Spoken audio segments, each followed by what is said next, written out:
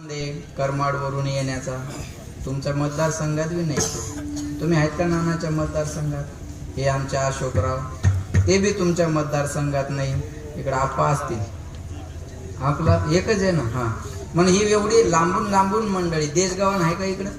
देशगावान बी आहे, बरोबर आहे ना. पण बरीचशी मंडळी असं इथं अशी आहे की केवळ नानाच्या स्वभावामुळे आलेली आहे, केवळ नानांच्या स्वभावाची पावती म्हणून ही मंडळी इथं आलेली आहे. जाऊ द्या, या मंडळीचं सोडून द्या, हे येतीलही प्रेम विनंती केल्यानंतर. पण ही एवढी महानुभव पंथाची महात्मी मंडळी या ठिकाणी जमली, एकदा त्यांच्यासाठी जोरदार. आता माझं कीर्तन ऐकायचं त्यांना तसं काही, ते भेटून गेले असते नानाला, बरोबर आहे, भेटून गेले असते. पण ती सगळी आज महात्मी मंडळी या ठिकाणी थांबलेली आहे. ही तुमची हे सोपी गोष्ट नाही. साधू संत येती घरा तोची दिवाळी दसरा. आज ही एवढी मोठी महात्मी मंडळी एकत्रित आली आणि योगायोगानं नानाचं नाव बी अवधूतच आहे, बरोबर आहे ना. नानाचं नाव सुद्धा अवधूत आहे आणि ही सगळी मंडळी सुद्धा एकमुखी दत्ताला भजणारी मंडळी आहे, बरोबर आहे, लक्षात ठेवा. म्हणून या ठिकाणी पुन्हा एकदा त्या सगळ्या महात्म्यांना मी धन्यवाद देतो. नानांच्या वडिलांना जाऊन 1 वर्ष पूर्ण झालं. आज सगळं काही नानांच्या जीवनात असेल, पण गेलेल्या वडिलाचं छत्र मात्र मिळवता येणार नाही. मोदी साहेबाला गेलेली सत्ता आणता आली, पण गेलेल्या मायला नाही आणता आली. आज आम्ही जो दिल्लीला गेलो होतो ते मोदी साहेबांच्या आईची पुण्यतिथीच होती 30 तारखेला. आणि त्या पुण्यतिथी निमित्तानं भारतातून काही मातांचा सन्मान होता. त्यामध्ये महाराष्ट्रातून पुरुषोत्तम महाराजांची आई, विशाल महाराजांची आई आणि माझी आई, या आमच्या तिघांच्या आयांची निवड त्या ठिकाणी झाली होती.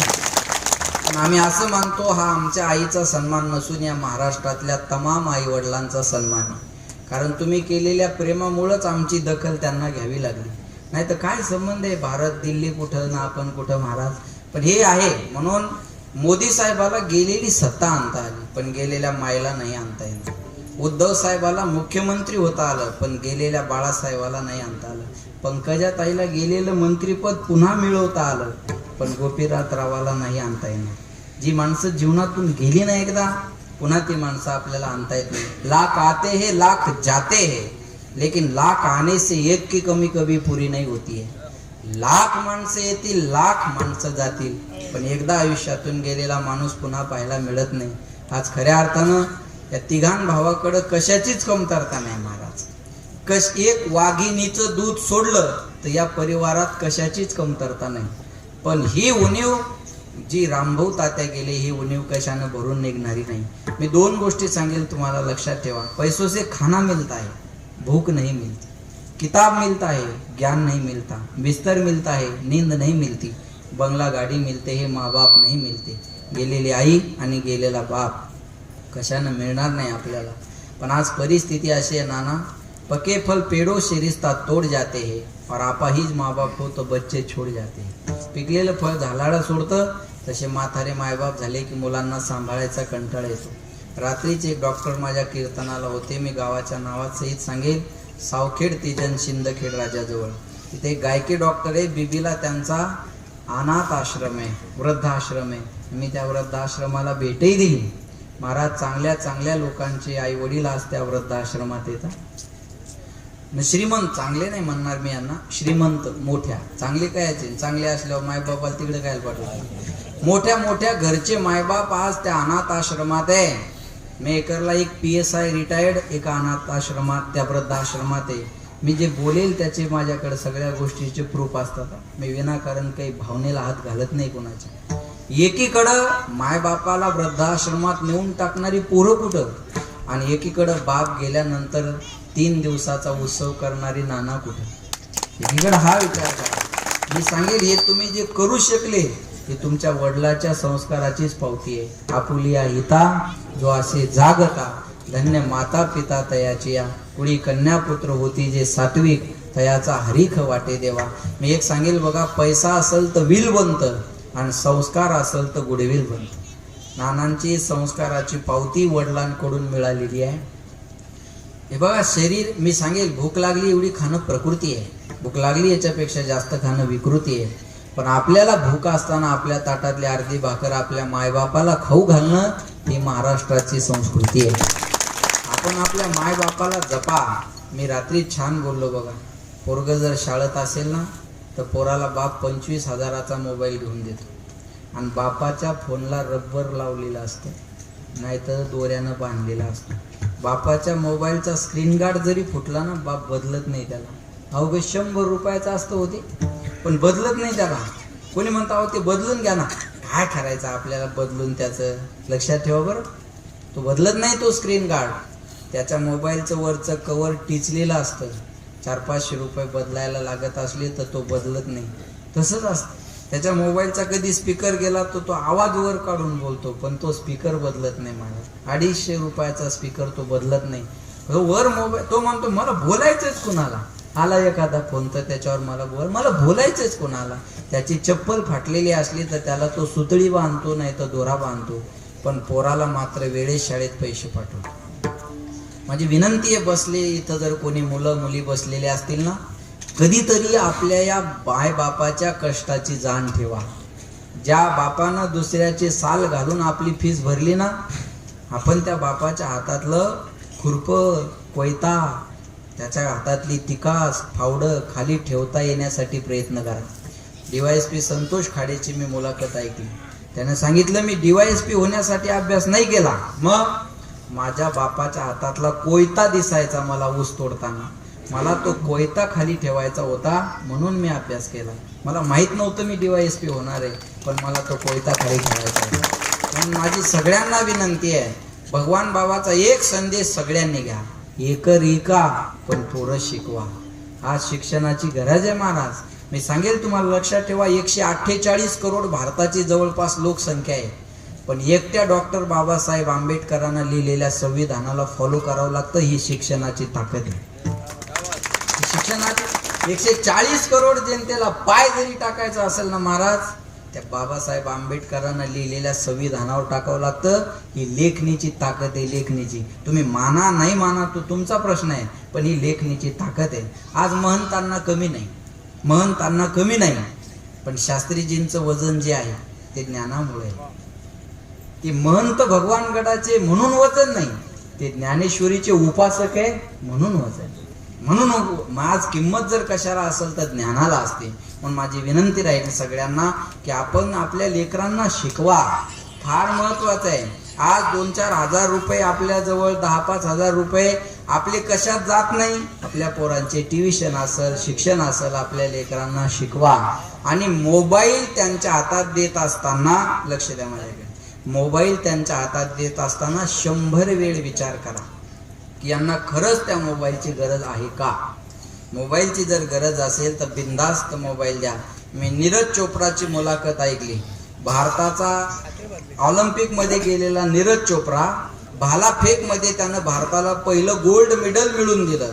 पण त्याच्या मुलाखतीत त्याने सांगितलं, मी ऑलिम्पिकला जाण्याच्या अगोदर 1.5 वर्ष मोबाईल पासून लांब होतो म्हणून मी हे यश मिळू शकलो. हे बघा, स्टेटस ठेवायला काही सेकंद लागतात, पण स्टेटस बनवायला आयुष्य कमी पडतं. स्टेटस बनवायला आयुष्य कमी पडतंय. म्हणून मी सांगेल, आपण कुणाचं तरी स्टेटस ठेवल्यापेक्षा आपण असं व्हा की आपलं कोणीतरी स्टेटस ठेवलं पाहिजे. कोणीतरी आपलं स्टेटस ठेवलं पाहिजे. असं कर्तृत्व कमवा, गरजेचं आहे आज. म्हणून आपल्या लेकरांना शिकवा. मी नानांना पुन्हा एकदा धन्यवाद देईल की आपण हा कार्यक्रम या ठिकाणी आयोजित केला आणि मला बोलवलं. आणि तुमचं प्रेम आहे म्हणूनही मी या ठिकाणी आलेलो आहे. नाही तर मलाही आज खूप व्याप माझ्या मागे होता, पण तुमच्या प्रेमामुळं पुन्हा तुमच्या सर्वांच्या दर्शनाचा सुयोग या ठिकाणी आलेला आहे. भरपूर आपली कामं सोडून आपण सगळी मंडळी या ठिकाणी आलात. मला माहिती आहे सगळे कामाचे दिवस आहेत, त्याच्यात पुन्हा प्रत्येकाच्या घरी आज वेगळ्या पद्धतींचे कार्यक्रम जरी असले तर आपण सगळं सोडून आज या ठिकाणी उपस्थित राहिलात. मी प्रथमतः तुम्हा श्रोत्यांच्या चरणी नतमस्तक होतो, कारण तुमच्यामुळं आम्ही आहे. तुम्ही जर पुढं बसलेले नसाल तर आम्हाला काय किंमत आहे. मी माझ्या मनाचं बोलत नाही, वक्ता तो वक्ताची नोहे श्रोते नव्हे.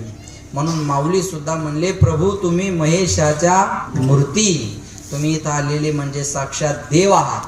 काय म्हणतील मग घरी राहिलेले कोण आहेत, ते महादेव आहेत, त्याचा विचार करू नका. पण जे आलेत त्यांना, त्यांच्या चरणी मी नतमस्तक होतो.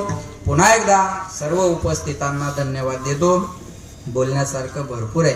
पण आपला वेळ संपलेला आहे. बरोबर 4 वाजलेले आहेत आणि एखाद्या दिवशी नाना रात्रीचं ठेवा, उगं एन्जॉय म्हणून ठेवा मोकळ्या मनानं, तेव्हा मी पुन्हा येईन, मी पुन्हा येईन. आपल्या दोघाला बी पुन्हा यायचंय बरं का. तसं तुम्ही बी पुन्हा या आणि मी बी पुन्हा येईन, आहे का नाही. मी पुन्हा येईल तुमच्या सगळ्यांच्या भेटीला. पुन्हा एकदा सर्व परिवाराला या ठिकाणी धन्यवाद देतो. आणि दोनही मृदंगाचार्य महाराज आमचे ऋषी एक बदलले अगोदर, अर्जुन महाराज काय नाही बदलाय चालतं. मुख्यमंत्री 3 होतात, पखवाजाला काय करायचं, बरोबर आहे ना. 2-4 दिवस फडणवीस होते पहिली टप्प्यात, नंतर मग उद्धवराव आले, पुन्हा शिंदे साहेब इकडं, पुन्हा ते गेला. आता एखादा अजित पवार असेल वेटिंगला इकडं तिकडं आरतीच्या टायमाला, बरोबर आहे का नाही, लक्षात ठेवा. म्हणून सगळे मृदंगाचार्य आपले गणेश महाराज उपस्थित आहे, बाळू महाराज आहे, आमचे आप्पा महाराज आहेत, आमचे हरिभक्त परायण टकले महाराज आहेत, हरिभक्त परायण आमचे पांडुरंग महाराज आहेत, इकडं अशोक अण्णा उकिरडे, त्याच्यानंतर आमचे अशोक पाटील, अशोक अण्णा आणि अशोक सरपंच दोघंही आहेत. हे वाघ आहेत, अशोक भाऊ वाघ सरपंच तेही उपस्थित आहेत. तुमच्या गावाचं नाव आहे दरकवाडीचे आमचे सरपंच तेही उपस्थित आहेत, त्यांना धन्यवाद देतो. आमचे देशगावांचे सरपंच त्यांना धन्यवाद. भाऊंचं नाव काय, रमेश भाऊ, पैठणचे सभापती, पैठणे सभापती, माजी सभापती काय नाव, भाऊसाहेब पाटील सुद्धा आहेत. घोगरे काका तेही उपस्थित आहेत. इकडं आप्पा माजी पाटील, हे देशगावांचे माजी पाटील आहेत, माजी पाटील ते सुद्धा उपस्थित आहेत. इकडं आप्पा सुद्धा उपस्थित आहेत. अरे दादा रोहिलागडचे आमचे सतीश भाऊ पाटील तेही या ठिकाणी उपस्थित आहेत. तदनंतर आमचे संतोष भाऊ वरकड तेही आमच्या महाराज मंडळीची नेहमी काळजी करणारे, धावपळ करणारे आहे बरं का. जर एकदा टाळ्या वाजवा संतोष दादा, त्यांनाही धन्यवाद देतो. त्याच्यानंतर संचालक मार्केट कमिटी गावाचेच का सुरेश भाऊंना सुद्धा धन्यवाद.